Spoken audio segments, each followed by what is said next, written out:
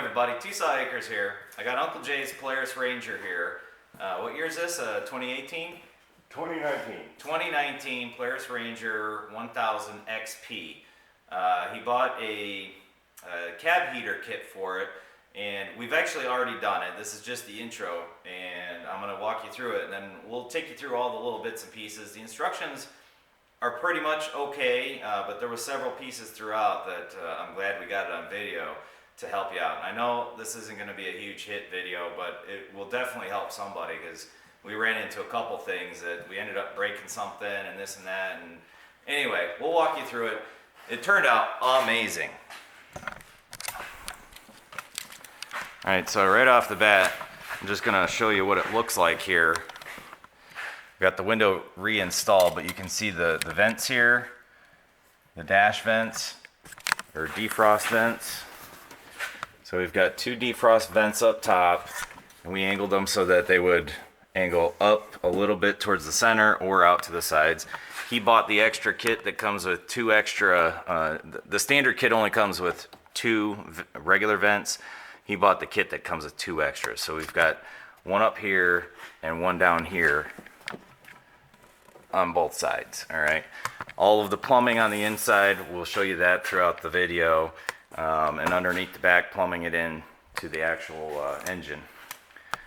And that's it. We're gonna get right to the video. Enjoy. If you like this, please hit that like button and consider subscribing. Thanks for watching. All right, so these are all the tools we used for the project. You're gonna need a 2.5 inch and an 1 3/8 inch hole saw. Having an offset driver of some sort helps to get into a couple miscellaneous places. Impact driver and a regular drill is nice. Lots of light. Measuring devices. There's another 90-degree drill attachment, which definitely helped. 10mm, 1/2 inch, 13mm. I just brought out the whole set. 1/4 inch and 3/8 drives with extensions. These bits here, impact adapters, 3/8, 1/4 inch are handy. Torx 30, Torx 40, 1/8 inch drill bit, 1/4 inch drill bit, hose clamps, hose cutters. Having some of the tools for doing rivets, all these plastic rivets, you know, we ended up not using these guys. These two right here ended up working just fine for all the plastic rivets and pliers. Nut driver for your hose clamps, standard and Phillips screwdrivers. Some reamer tools, a couple straight edges are nice, but not really all that necessary. And this is my repair job on that broken piece. I'm just super gluing it back together. Some towels, obviously a drip pan for some of the antifreeze when it leaks out. What else? I think that's just about it. Vacuum's nice to clean up your mess from all the plastic shavings. And that's about it. Oh, that was a lot easier. Sure seems like a lot bigger pain in the ass to get it in there. I got it. Didn't it? Yeah, that's it for the dash.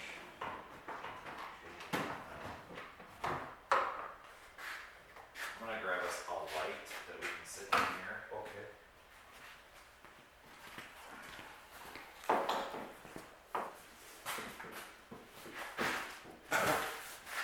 The Inferno cab heater. Bazinga! Wow, looks dirty. Oh, look at that. That's cute. Flaps right open. Why? I don't know. But it does. Every panel on the top, the dash, the glove box lid come off. This panel down here came out, and it's the whole cubby part came out. I used a razor or utility knife to cut this guy out, right? Well, this one obviously, all right? And you'll have to, I cut it short. I cut right on the inside of the line, like that there, and about an 1/8 inch short, top and bottom, and then slowly carved away till this guy fit in there. Once it fit in, I would recommend hooking up your cannon plug on the other side. You know, pull the wire through, hook it up, then push it back in. And then as far as this guy right here, that's your through grommet into the engine compartment. Well, not the engine, but the front of the vehicle. We had to slice the inside a little bit bigger for the other end to fit through. For this guy to fit through here. All right. So you just pop this one off. I pulled the whole thing out on the other side, and then sliced that hole a little bit bigger so this would fit through, and that's it. And then that just gets plugged into one of those accessory spots. A couple other quick tips here. That cup holder over there just pulls straight up and out. Once that's up and out, you can access, there's pins that hold the glove box door handle or door flap. There's little armatures that go through here, and there's pins on the back side. The inboard side, you can reach from over here. The outboard side, if you pull that cup holder out, that pin is accessible from there. All right, so hole number one, where's the other hole going? Right on that side. Like right here? Yeah, right. It's like here.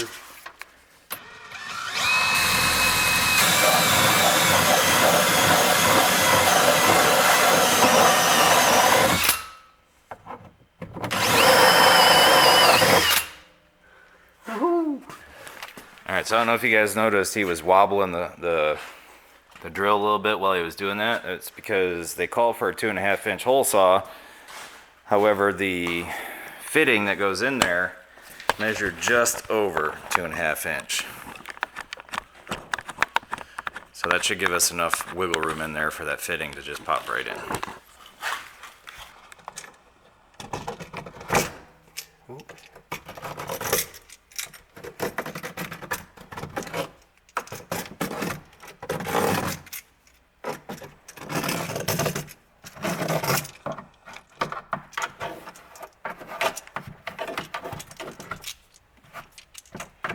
A little bit stringy in there.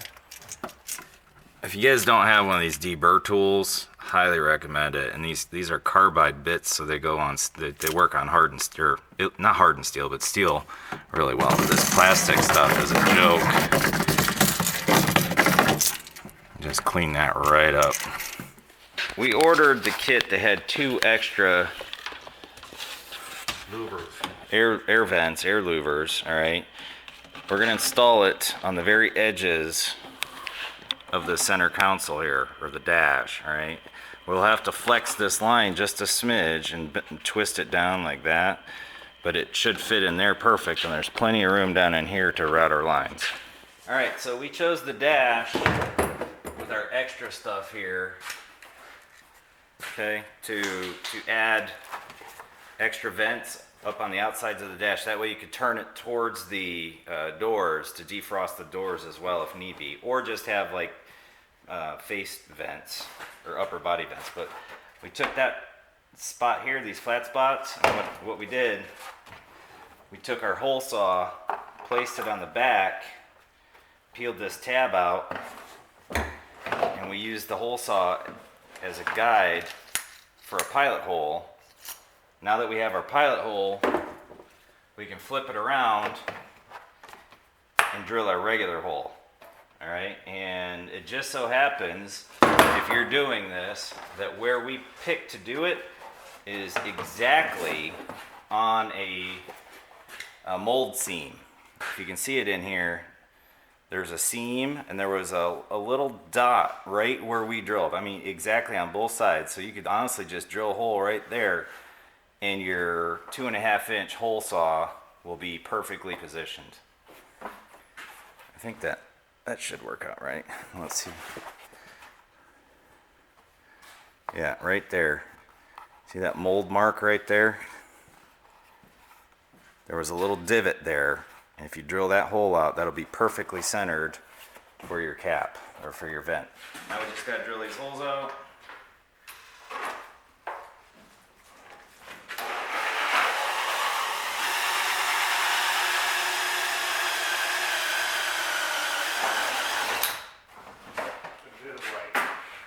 Love it when accidents happen like that.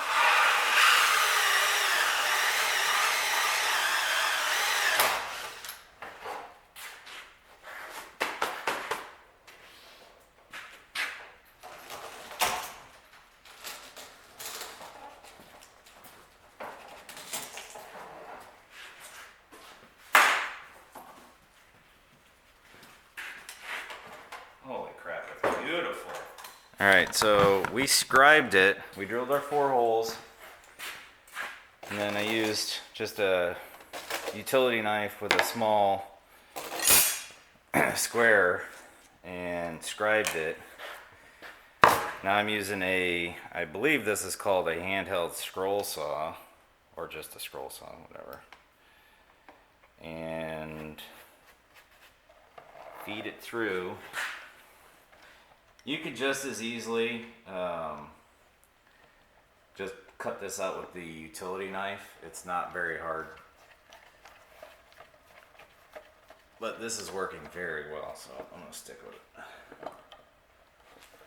Alright.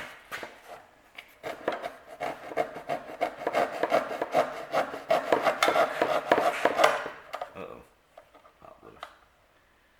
That's probably why they don't generally use it to push.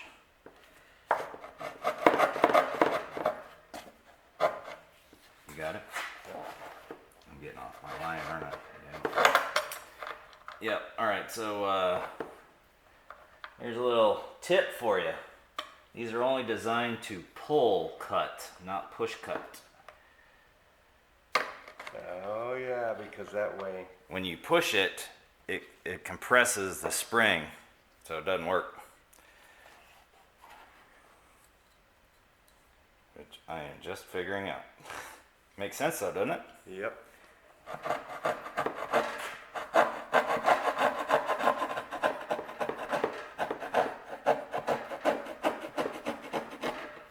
Alright, then you just turn it.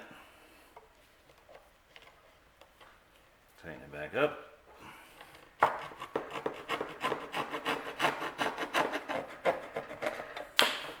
There you go. Okay. You alright? Yep. Watch it, John. I would recommend cutting these just a smidge small and open them up a little at a time with a utility knife, alright? So we had these 2 holes in here. We got to get through the firewall for the heater hoses. There's not enough room to get a full-size drill up in here. I ended up using a drill with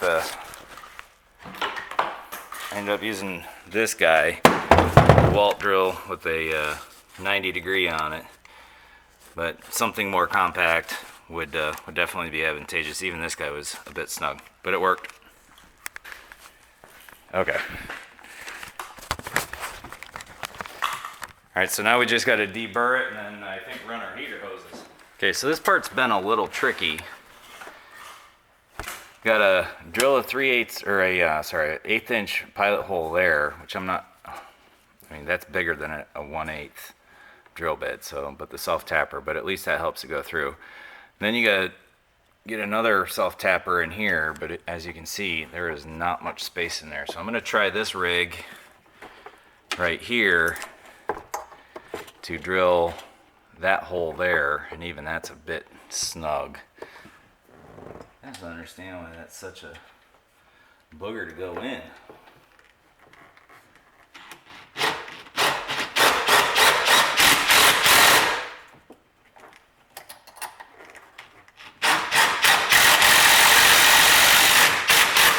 Got it. Yeah, that thing ain't going nowhere. See, solid. That's a solid valve.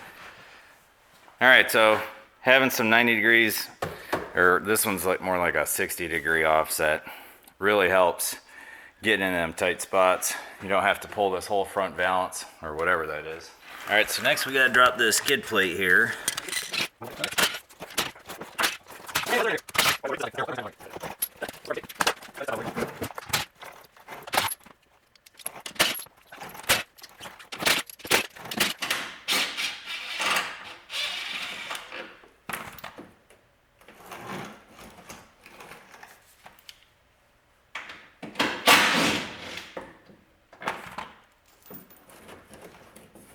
Oh yeah, it tucks way up under there. See that? I'll pull these guys right here. Yep. There she goes. The instructions definitely do not cover this. All it says to do is pop off these bolts from the underside of our skid plate. We had to pop off all of these bolts as well along the edges up here, like here. Same thing on the upper side here, here, here. 2 plastic rivets here and here on both sides. And then some more bolts here and here along the back side of this plastic shroud. Then we had to peel this outer piece back. You can see that right there. Peel that back. Then this popped loose, and you can see where these holes here for them bolts line up. That's where they go in at. So you definitely have to pull the bolts, the side bolts out, and they do not say that in the instructions. All right, everybody, just for reference, this line here, our lower radiator line, we're going to be taking the Y fitting, all right? We're going to snip that line in half. I'm going to pull out about a 1-inch chunk to take up this space right here that the hoses can't go on the lower radiator line. Snip that out. Now the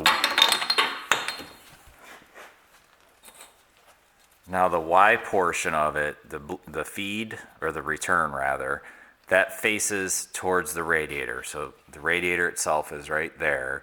Okay, so we're gonna snip that lower radiator line, if you can see that. This is gonna go in there, and then our line coming out of the heater core will go onto that, and we'll trim that to fit as well. I'm gonna use these clamps, these hose clamps, right? You just clamp it down, pull it back, and this is the cheapo Harbor Freight kit that I've literally had 10, 15 years, and it still works just fine. We're gonna clamp off this hose on both sides. Use the smaller set to get further back in there. Actually, no, I'm gonna use the smaller set to go right here. And we'll clamp that guy down. Okay. We'll clamp the other side down. And I'm going to try to do this as quick as possible because I don't think that first clamp really got it all the way. Oh yeah, it should be fine. Alright, so let's get you, if you can see that now. Alright, so we got our, I'm going to get this hose out of the way a little bit more.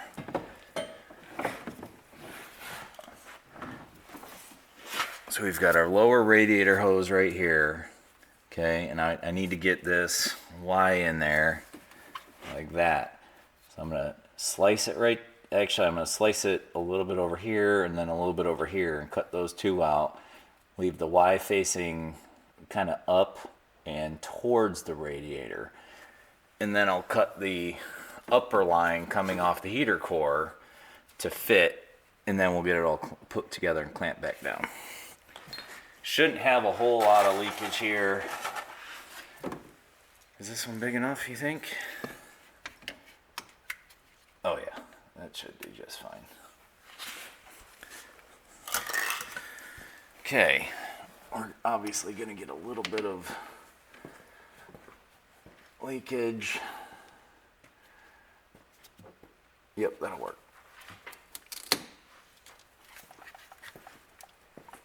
Nope.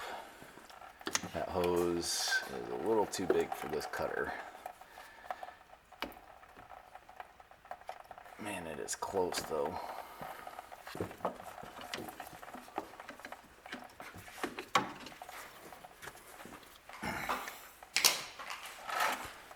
So what's left, I'll just hit with a utility knife.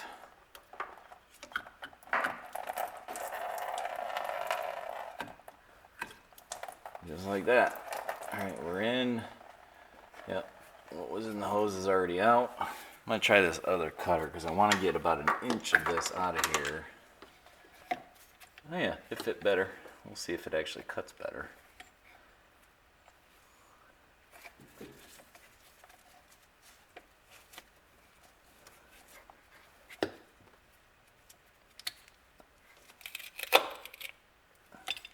Oh yeah, that one cut way better.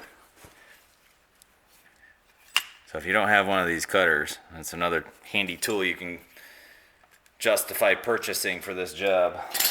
Make sure when you're putting your hose clamps on that you put the nut on in a direction that is easily accessible. So I'm gonna say, yep, probably like that.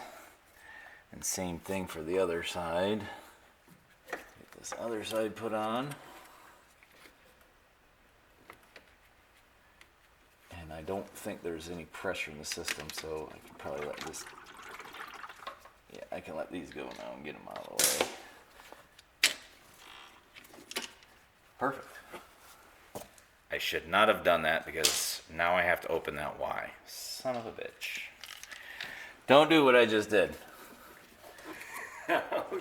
Because the other side. the Y is still open, yeah. But I should be able to just pinch it off and it shouldn't go anywhere. There'll be a little bit left in there, but nothing crazy. I'm gonna try to pre-measure out the upper hose coming off the heater core, which is this guy, okay? Get an idea of where I want it. And I wanna leave a little slack in there. If you cut it too short, you're done. If you cut it a little long, you can adjust it as you go. And the other great cutting tool are these Milwaukee. I bought them to cut packs, but they're great hose cutters. So I'm thinking right around here somewhere. That should get us about perfect. And obviously, if you don't have these tools, you can just use a utility knife. Okay. And again, make sure you put the bolt, screw, nut, whatever you want to call it, on an accessible side. Look at that, not a drop come out of that Y.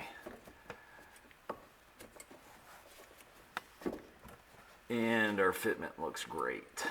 So now you can see we got our Y fitting in here, facing up towards the radiator, okay? And we've got our clamps with the nuts, screws, bolts, whatever you want to call them, facing the open area where I can get a nut driver, ratchet, wrench, whatever. Now we'll tighten it all down. And these do not need to be gorilla tight. Just snug. And if they develop a little bit of a leak later, you can snug them down.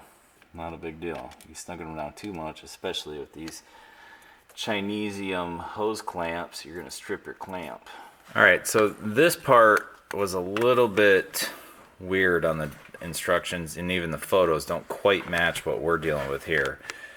So down here is your water pump. All right, so you got your main line coming out. The water pump itself is down here, and then you've got this line comes up and around. That's your oil cooler line.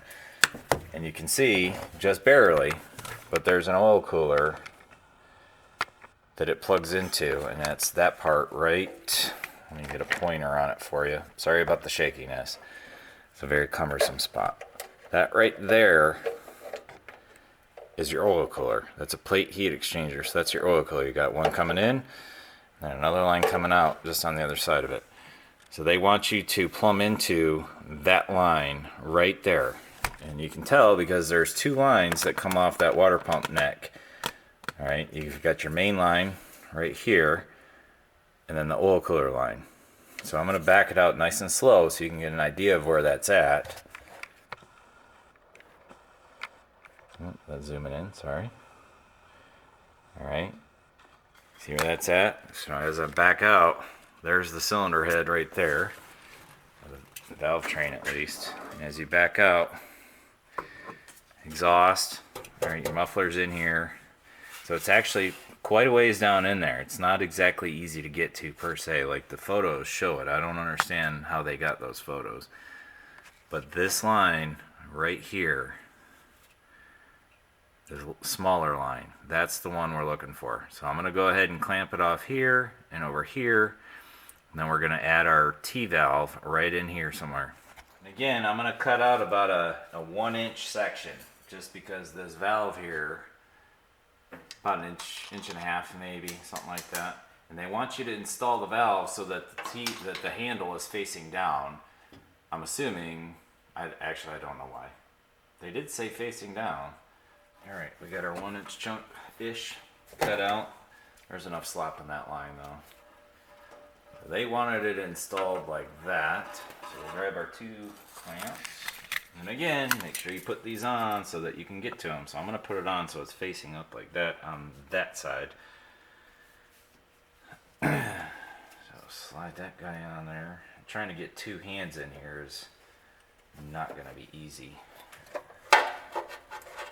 Alright. Okay. The camera's right over your head, by the way. Alright, well that guy's in.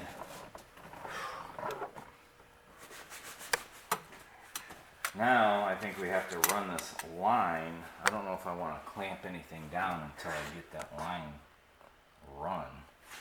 Alright, so hindsight being 2020, I probably would have adjusted this T-valve one way or the other, because right now it wants to sit and rest on the actual coolant line, the main coolant line. So I'm going to take a chunk of other coolant line that I got laying around, slip it in between there, and then just throw a couple zip ties on it so that this can't chafe at all. Like it shouldn't affect anything after this point. You see all my hose clamps, the nuts or the bolts are facing out so I can get to them. And just in a minute here, I'll get underneath with the camera and show you how we routed this line. And I'm sure there's other ways to do it, but this just seems logical to me. All right, so we've got our heater hose. We've got our 2 heater hoses up here. The top one comes out of the firewall, comes down into our Y connector. One side goes to the actual radiator, the other side goes back to the engine. The bottom heater hose comes out and down. I followed this frame rail right here, and then I ran it through behind this cross member, and then we went up and under, and that's where we're going now. You can see it here, right here. That's our heater hose, and I just zip tied it.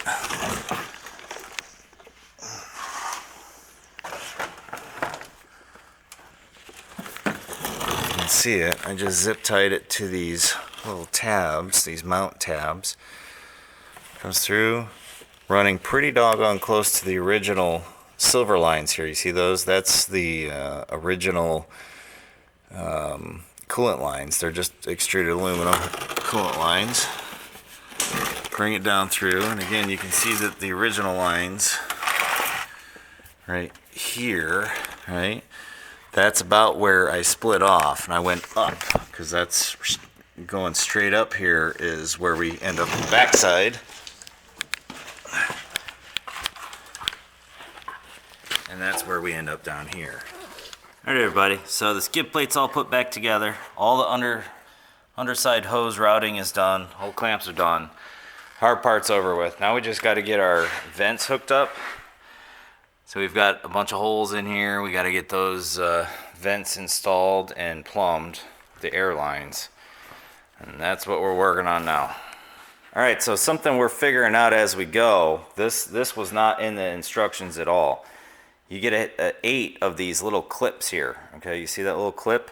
Now, most of the fittings have some sort of barb on the fittings. These little vent pieces here, or vent units, have no barbs at all anywhere around them. So what you do is you take these little clips, you put it on there, and then when you go to put it in the hose, all right, so we got our hose here.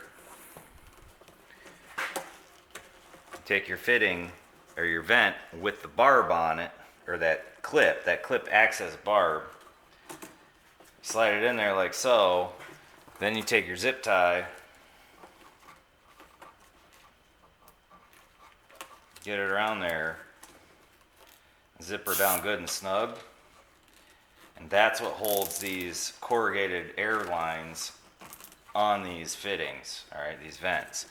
I snip them loose. We decided, and I'm sure there's 1,000,001 ways to do this, we decided that we will get all of our lines in place with our vent ends, the inside ends in place. Then when it comes time to put, like, say the dash or the bezel, the dash up there, we'll put our vent cap in through the vent or through the dash and screw it in. All right, so I'm sure there's other ways. This is how we chose to do it, but the instructions didn't say anything about those clips as far as I'm aware. All right, so as you can see, we got the dash in here kind of laid up on end, and we hooked up our two defrost vents. They're already zip tied in place. That's set. Now we've got to work on the two side vents there and over there. And these are just screw-on vents. We've already got the hoses run. All we got to do is dip them in place. That one over there is just a bit tight, so we'll do that one last. All I should have to do is plop this through here and thread it on. Look at that, first try. I'm thinking. So this is what it looks like. I mean, it's not completely done yet, but we got vents down here, which is, the floorboard area, so for your little tootsies. We got the side vents, same thing on that side over there that Uncle Jay's working on. And we've got our two defrost vents up top. That's it for tonight, folks. We are gonna wrap it up, and we'll finish up tomorrow. I think beer time cut into our work time. Or better put, our work time cut into our beer time. All right, so here we are wrapping up the install, putting things back together. And one thing I missed yesterday was a screw right here on the back side of the glove box, and the glove box door hinges have pins way down in here. So before you put your dash back on, it'd be easier, hooking up all your vents, it'd be easier to put the glove box panel back on. Which honestly, I don't even know why it come off. Probably didn't need to take that off, but you need that access panel open to get up under there. And then I just zip tied the remaining wire harness to the heater hose on the bottom of the heater core blower box. All right, folks, so this is a gotcha moment, I guess you could say, or an aha moment. So we had this guy in here, this vent here, and this was the other way around. Sorry. So this guy was on like this, right? So it would cover the window in the driver's direction. But when it was in there, it was kind of canted up like that. So there was a little bit of a gap on this side. Tried to pry it back out, and the top broke off. You can see this little clip right here. See how this side, it's right there, and that's where that little tang grabs into. Well, that side broke off, and we're trying to figure out how this thing's supposed to fit properly. Come to realize, this thing, well, just so you know, there's a steel cross member down here. Okay, so it was pushing this guy. When you put it in, it'd push it like that, cause it to offset. Lo and behold, these louvers, these top louvers, pop off of here. They're designed to actually come off, and you can turn it around. If you look at this vent here, it's got more space on one side than the other. So before you go and bust your shit, pop your vent off, make sure that the side with the more space on it is facing forward. Then you can go ahead and clip this back on in place, and it'll sit flush, all right? That little bit of space on this side of the lip right here allows it to clear that steel bar. All right, so now I'm gonna super glue this guy back together, get it all hooked back up. Other than that, we're pretty much done.